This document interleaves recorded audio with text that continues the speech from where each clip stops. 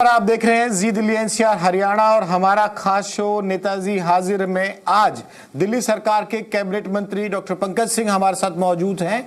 और ये इंटरव्यू बड़ा खास है क्योंकि आज आए हैं बाबू साहब की हवेली पर और इसकी भी कहानी बड़ी इंटरेस्टिंग है कि 1857 की क्रांति के रूट से मंत्री साहब के जो रूट्स जुड़े हुए हैं।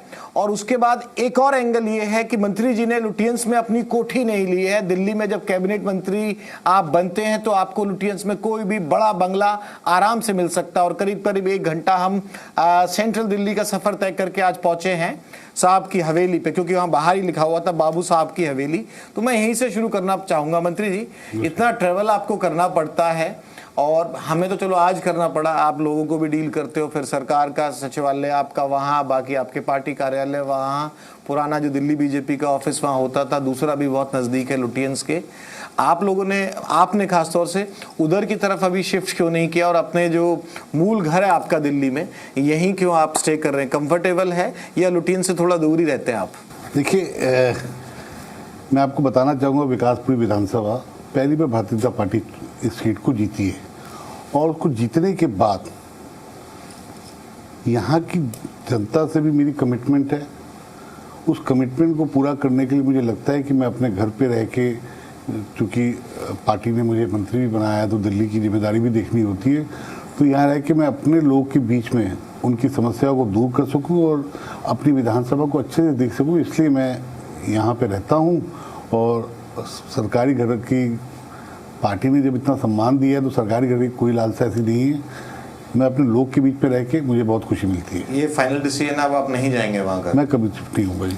सर, 1857 की क्रांति का मैंने जिक्र किया, थोड़ा सा पढ़ रहा था, रिसर्च करने की मेरी आदत है, तो जो पता चला कि यहाँ की कहानी नहीं है, ये कहानी बहुत पुरानी है। 1857 की क्रांति में आप ही के परिवार में से महान स्वतंत्रता सेनानी बाबू कुंवर सिंह रहे थे, तो वो वंशावली आप लोगों की चले आ रही है, वो थोड़ा एक दर्शकों को बताएंगे तो दिल्ली की जनता, और बक्सर से साहब के रूट हैं तो वहाँ के लोगों को भी थोड़ा इंटरेस्ट आएगा इसमें। देखिए, आदरणीय हमारे स्वतंत्रता सेनानी, हमारे पूर्वज बाबू कुंवर सिंह जी के हम लोग वंश से आते हैं और हम उनकी 7th जनरेशन हैं।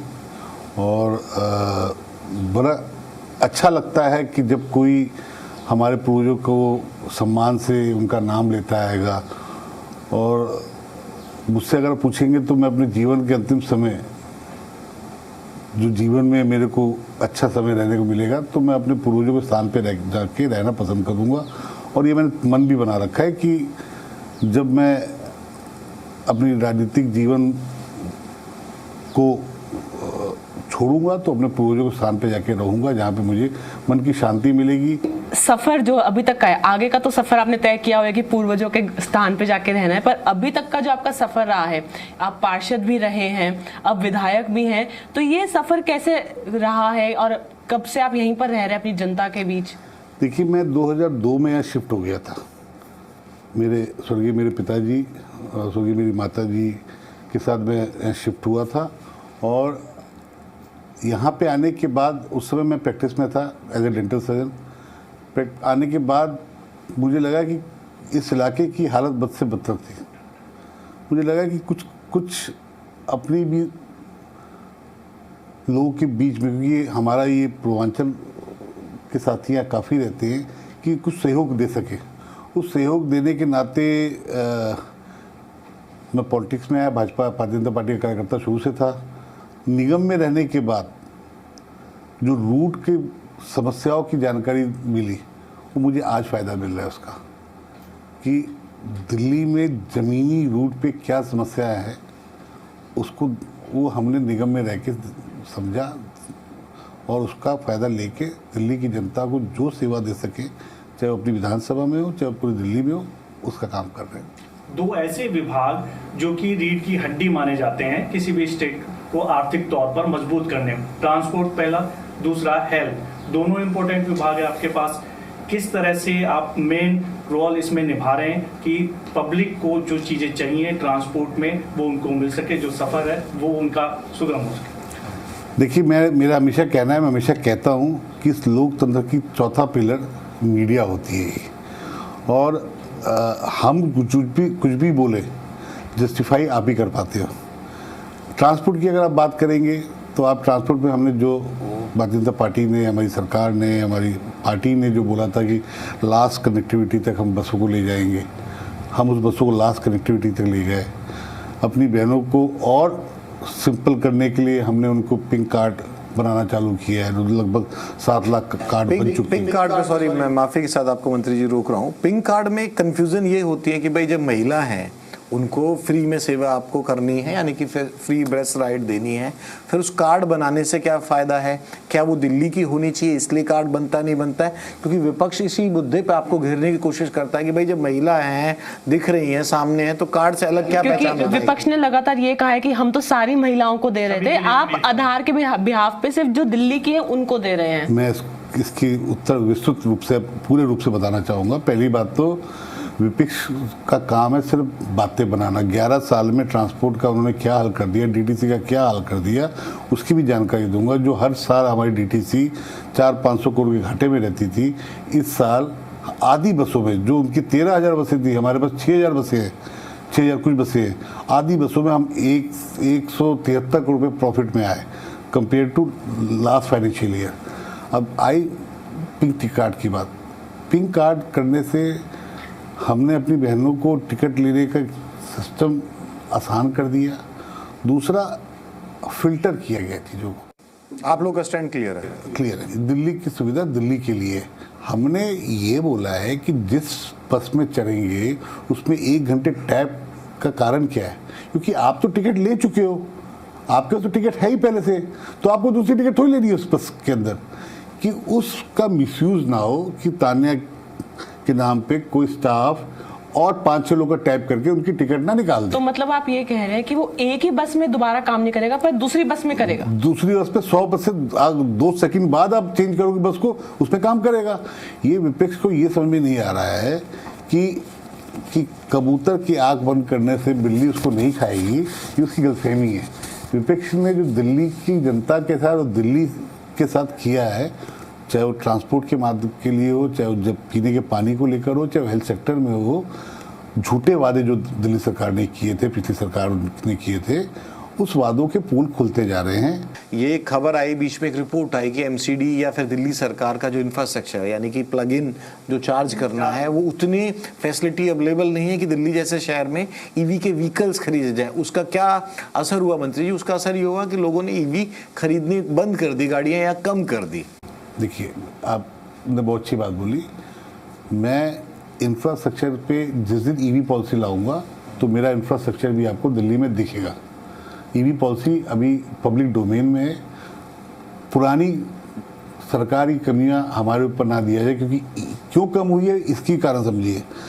3 साल से सब्सिडी जो देनी थी दिल्ली पिछली सरकार को, जो 2023 से सब्सिडी देनी थी, वो हमने, हमारी सरकार, भारतीय जनता पार्टी सरकार ने वो सब्सिडी, उनके पैसे पेमेंट जो पिछली सरकार को करने थे, हमने अब किए जाके, जो लास्ट मंथ में किया था।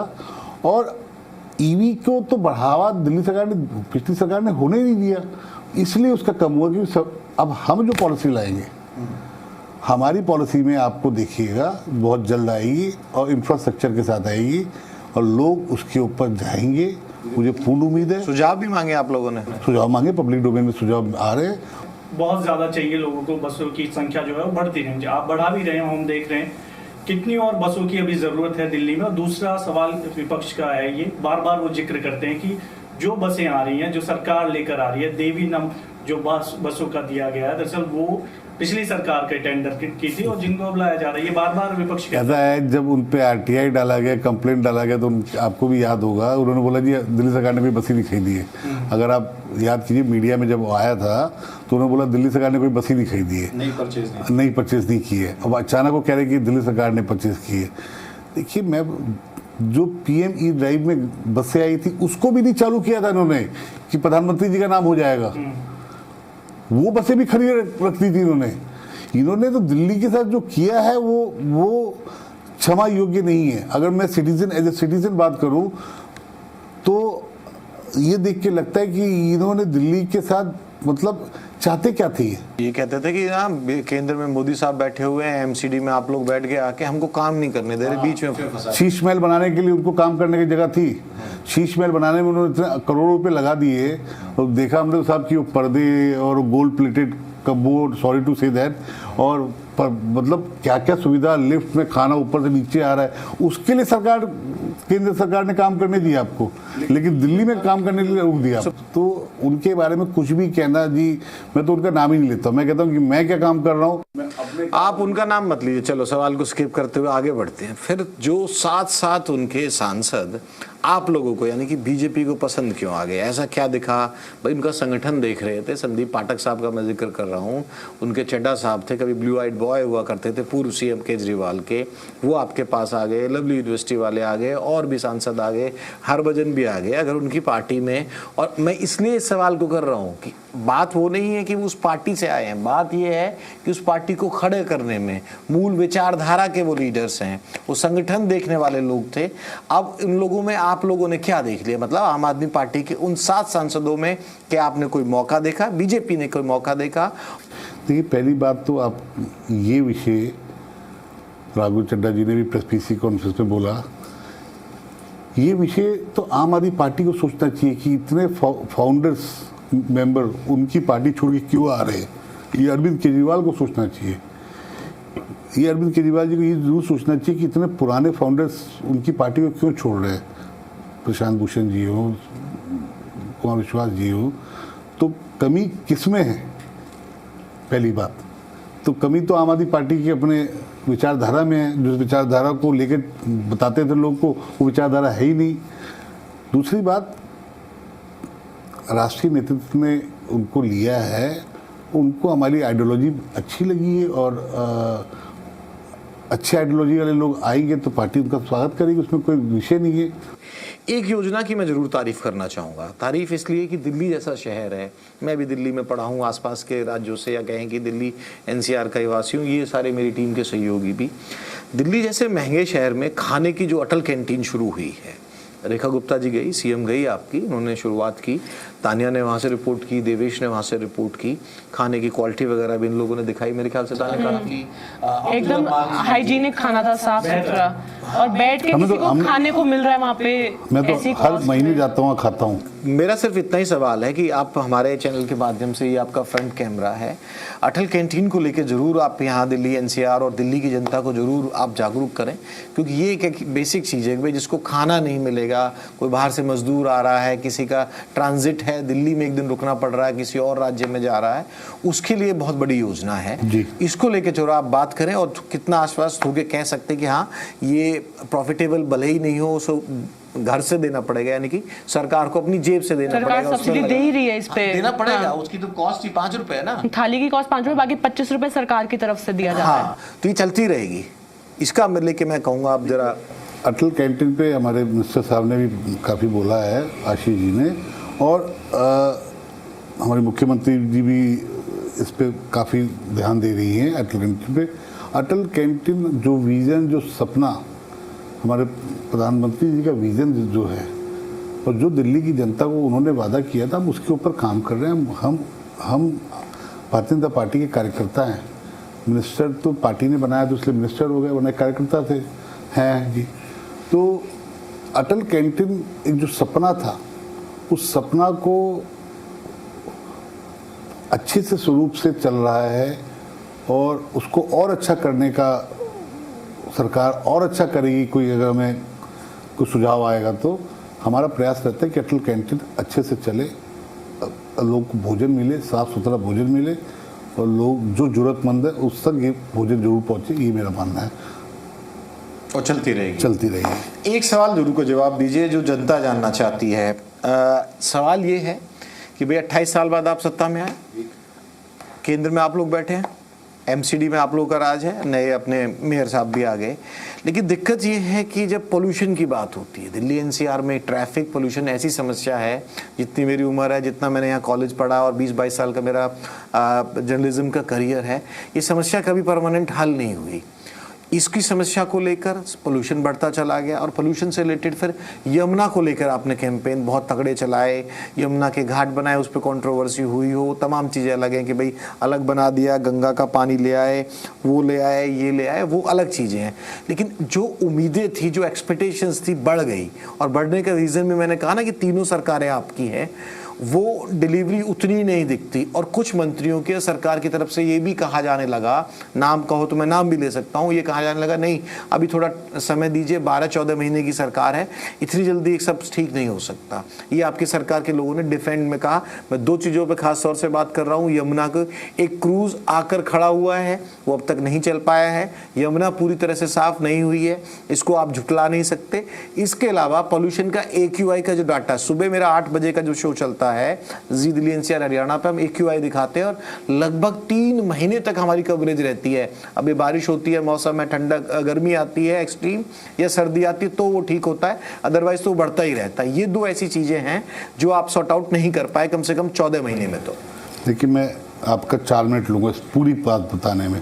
पहले तो मैं जिस चीज़ का मिनिस्टर हूँ, पहले उसके बारे में आपसे चर्चा करना चाहूँगा।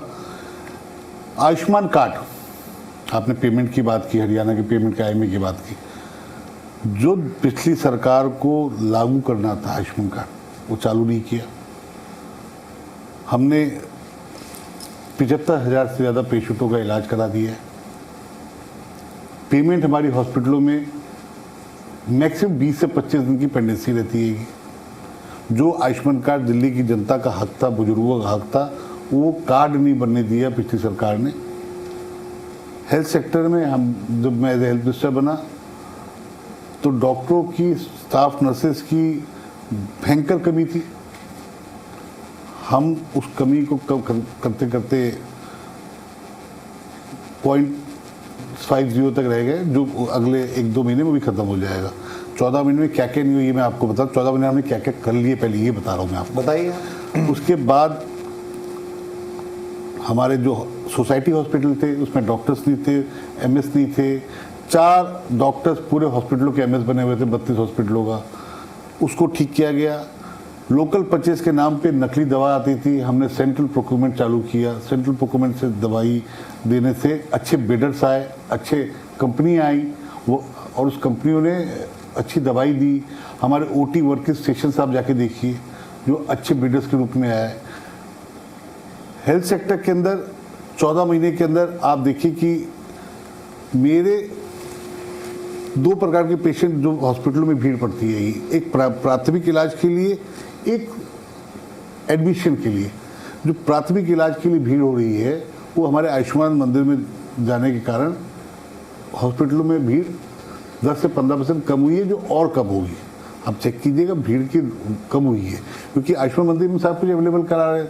प्राथमिक इलाज, प्राइमरी इलाज हमारा हॉस्पिटल में, उसके घर के डोरस्टेप पे मिल जाएगा तो क्यों कोई हॉस्पिटल जाएगा। तो हॉस्पिटल में भीड़ कम हुई, डॉक्टर्स हमारे 100% हो गए। और वो डॉक्टर्स, मैं गर्व से आपके चैनल के माध्यम से कहूँगा कि दिल्ली गवर्नमेंट के doctor, they are the best doctors in all over India. जो डॉक्टर्स ने इनके कारण तंग आ चुके थे, अब वो हमारे सारे डॉक्टर्स काम कर रहे हैं। आप OPD जाके देख सकते हैं, हमारे इमरजेंसी सर्विसेज में जाके देख सकते हैं, डॉक्टर्स हमारे काम कर रहे हैं। दूसरा विषय, ट्रांसपोर्ट में हमने आपको बता ही दिया है कि ट्रांसपोर्ट में हमने क्या किया है। सबसे बड़ा EV का बेड़ा बना दिया है। तो 14 महीने में काम किया, तभी तो EV का सबसे बड़ा बेड़ा बना हमारा, इलेक्ट्रिक बसेस का। सॉल्यूशन की बात करेंगे, हमारी सरकार सॉल्यूशन की बात करती है, आरोप की बात नहीं है। 14 महीने में क्या क्या हुआ है ये बताया। अब MRI में लगा रहा हूँ, 14 MRI, 20 CT स्कैन और 30 अल्ट्रासाउंड हर हमारे हॉस्पिटलों में लग जाएगा कि आम जनता को MRI के लिए कहीं भी जाने की जरूरत ना पड़े। अगले 2 महीने के अंदर वो लग जाएगा। तो ये सब काम हमारे हेल्थ सेक्टर में हुए। ट्रांसपोर्ट में आपको मैंने बोला कि EV बसें आने से कहीं ना कहीं पॉल्यूशन की कमी तो हुई है ना साहब। इलेक्ट्रिक रिक्शाज, ई-रिक्शाज जो दिल्ली में बहुत चलते हैं, बहुत जो है इनका नंबर बढ़ गया है। इस पे भी अभी हमने हाल ही में देखा कि इस पे भी आपने एक सर्कुलर था जो वापस ले लिया, फिर उसके बाद आज से इन लोगों का कहना था हम अपने रेट्स बढ़ा देंगे। पर ई-रिक्शाज में जो ये लोग चला रहे हैं, इसमें से बहुत से लोगों में लाइसेंस नहीं है, उम्र भी इनकी बहुत कम है। तो इसके लिए क्या है, क्योंकि सड़कों पे हम देखते हैं कि बहुत ये जगह घेर लेते हैं, मेट्रो सिटी जो एक हैवक है जो ये लोग बना के रखते हैं, इसके लिए क्या सोल्यूशन है? देखिए, इसमें 2 प्रकार के रिक्शास हैं, एक जुगाड़ वाले रिक्शा से, एक रजिस्ट्रेशन वाले रिक्शे से। हम 15 से पोर्टल खोल रहे हैं और उनको बोला है कि आप रजिस्टर्ड हो, अपनी फिटनेस गाड़ी का दोगे तो हम आपको अलाउ करेंगे। जो उसमें टाइम बाउंड हम देंगे, टाइम बाउंड अभी कंफर्म नहीं किए हैं, टाइम बाउंड देंगे। 15 मई से खोल रहे हैं पोर्टल। उस पोर्टल में जो आएगा, जो रजिस्ट्रेशन करा लेगा, उसकी गाड़ी चलेगी नोटिफाइड रोडों पे। ये बात उनसे होगी, मैं गया था, उनकी मीटिंग में भी गया था। नोटिफाइड रोडों पे जो चलेगी, और जितने उसके सिवा ई रिक्शा रह जाएंगे जो रजिस्टर्ड नहीं है, उस सबको हम उठा लेंगे। हमने साफ सेक्शन दे रखा है, सब उठा लेंगे। उसके बाद आपको दिखेगा अगले 1.5 महीने के अंदर कि वो फॉलो भी करेंगे, क्योंकि फॉलो ना करने वाले डर वो है जिसका ना रजिस्ट्रेशन है, जिसका ना कुछ नहीं है। जो रजिस्टर कर लेंगे, छोटे बच्चे के ऊपर अगर गाड़ी चलाता हुआ पाया गया तो उस पर उसी समय एक्शन होगा, उसी मतलब समय कोई वार्निंग नहीं दी जाएगी, अब सीधा एक्शन होगा, उस समय एक्शन होगा। और ये बात हमने कंसर्न पुलिस को भी और ट्राइब पुलिस को भी अवगत करा दिया, लेटर दे भी देंगे भी कि उस पर एक्शन लेंगे। लेकिन मुझे लगता है कि मेरे भाई जो ई रिक्शा चलाते हैं, वो जो एलिगेशन उन पर लग रहा है, जेन्युइन वाले, दे आर इनोसेंट। ये जो विदाउट रजिस्ट्रेशन वाले हैं, विदाउट फिटनेस वाले हैं, वो गड़बड़ी कर रहे हैं। इसमें वो भी तो है ना कि ठेकेदार बन के आ जाते हैं, 20-50 एक बार ले लिया, ये इस और बार उनको नीचे काम करने के लिए दे सर, इस बार हमने आपके बता दूं मैं आपको, हम एक ड्राइवर को एक ई रिक्शा परमिट करेंगे। इस बार कोई भी ठेकेदारी नहीं चलेगी। एक ड्राइवर को एक ई रिक्शा परमिशेबल रहेगा, वरना उसके बाद कुछ नहीं, और किसी को ठेकेदार नहीं। हाँ, जिसकी कंपनी है ई कार्टल के लिए अपने चलाना चाहेगा, ई कार्ड के लिए, उसको हम पारदर्श गाड़ी दे सकते हैं, जो अपनी कंपनी के अंदर चलाना चाहता है। लेकिन ई रिक्शा चलाएगा एक ड्राइवर, गरीब भाई जो हमारे साथी हैं, जो मेहनत कर रहे हैं, उनको देखिए, उनकी भी जिम्मेदारी फिक्स हो जाएगी ना भाई साहब जी। अभी तो ठेकेदार ने से लिया ना, उसकी जिम्मेदारी ना, उसको जुगाड़ चला रहा, जुगाड़ चला दिया उसने, आगे झाड़ी ले ली, ले ली, चाहे वो रोड पे लगाए चाहे कहीं भी लगाए, तो इसलिए उसकी रिस्पॉन्सिबिलिटी फिक्स होगी। और मुझे लगता है कि जैसी मेरी मीटिंग 3 दिन पहले हुई थी, काफ़ी ड्राइवर भाई लोग आए हुए थे, पूरा तालकुड़ा बड़ा हुआ था हमारा, वो मेरी बातों से सहमत है। सर, मेरे 2 सवाल हैं, आखिरी सवाल और इसे क्लोज करते हैं। बहुत बढ़िया सेशन गया, आप लोगों के साथ बातचीत करते हुए पूरी टीम थी, आपने खुल के जवाब दिए। पहला सवाल पंजाब से जुड़ा हुआ है। दिल्ली में 28 साल के बाद आपकी टीम, पंकज जी थे उसमें, बाकी लोग थे, रेखा जी थी, आपकी केंद्र की टीम थी, लेकिन आप लोग मंत्री हैं, तो मैं आपको कह रहा हूं कि वो काम करके दिखाया जो उस समय कम से कम असंभव लग रहा था। तो पंजाब में आप लोगों की क्या ड्यूटी रहेगी? और आखिरी मैं आप पे छोड़ दूंगा क्लोजिंग, आप इस सामने वाले कैमरे को देख के जनता को और दिल्ली की जनता को अपना मैसेज दीजिएगा कि भाई इतना हुआ है, इतना ऐसे कर लेंगे, और लास्ट तक आते आते सब कर देंगे। इन दोनों सवालों का कंबाइन जवाब आप दे दीजिए। देखिए, पंजाब का बारे में तो पंजाब की जनता तय करेगी, और मुझे लगता है उन्होंने मन बना रखा होगा भारतीय जनता पार्टी की सरकार लाने का, क्योंकि खूंटा आपने पढ़ा है सर पहले यहाँ से दिल्ली से, इसलिए जी मैं कह जी रहा हूँ, जी जी जी important है। तो मुझे पूर्ण उम्मीद है कि इस बार पंजाब की जनता उचित जवाब देते हुए भारतीय जनता पार्टी की सरकार बनवाएगी। और दिल्ली के लिए मैं ये कह सकता हूँ कि हम, हमारे सारे मंत्रीगण दिल्ली की जनता को सेवा करने के लिए तत्पर हैं। हमारे प्रधानमंत्री जी के मार्गदर्शन में जो दिल्ली की जनता को मेरे प्रधानमंत्री जी ने जो आश्वासन दिया था, उस आश्वासन को, चाहे मेरे पास मेट्रो हो, मेट्रो के फेज जो दिल्ली सरकार ने, पिछली सरकार ने रोक दिए थे, हमने उसके काम की गति को तेजी की है कि मेट्रो हर डोर स्टेप तक पहुँचे, जिससे उससे भी पॉल्यूशन की कमी आएगी। और हेल्थ सेक्टर में मैं अपनी दिल्ली की जनता के माता भाइयों बहनों को यही कहूँगा कि हेल्थ सेक्टर और ट्रांसपोर्ट में आपके सामने दिख रहा है कि काम हुआ है, और भी काम करेंगे, और डोर स्टेप तक हेल्थ की सुविधा और आखिरी गांव तक, आखिरी कॉलोनी तक बस की सुविधा आपको मिले, इसका भी विश्वास दिलाता हूँ। बहुत बहुत शुक्रिया सर, तमाम सवालों के जवाब देने की। कुछ मीठे थे, कुछ खट्टे थे, लेकिन मुख्य उद्देश्य ये था कि दिल्ली की जनता को ये पता चल पाए कि आखिरकार सरकार किस डायरेक्शन में चल रही है, आप लोगों के एक्सपेक्टेशंस क्या हैं, मंत्री जी के क्या प्लान हैं, सरकार के क्या प्लान हैं। मुझे लगता है लगभग आपके जो डिपार्टमेंट थे उनके जवाब तो बखूबी आ ही गए। इसके अलावा भी एक बड़ा सा ढांचा आपने खींच के बेबाकी के साथ और ईमानदारी के साथ काफ़ी हद तक जवाब दिए। बहुत बहुत शुक्रिया सर हमसे जुड़ने के लिए। तो नेताजी हाजिर में फिर मुलाकात होगी किसी बड़ी शख्सियत के साथ, और नेताजी जब हाजिर होते हैं तो सब सवालों के जवाब देके जाते हैं। इसी ईमानदारी के साथ जी दिल्ली एनसीआर हरियाणा पर आप देखते रहिए हमारा खास शो नेताजी हाजिर है।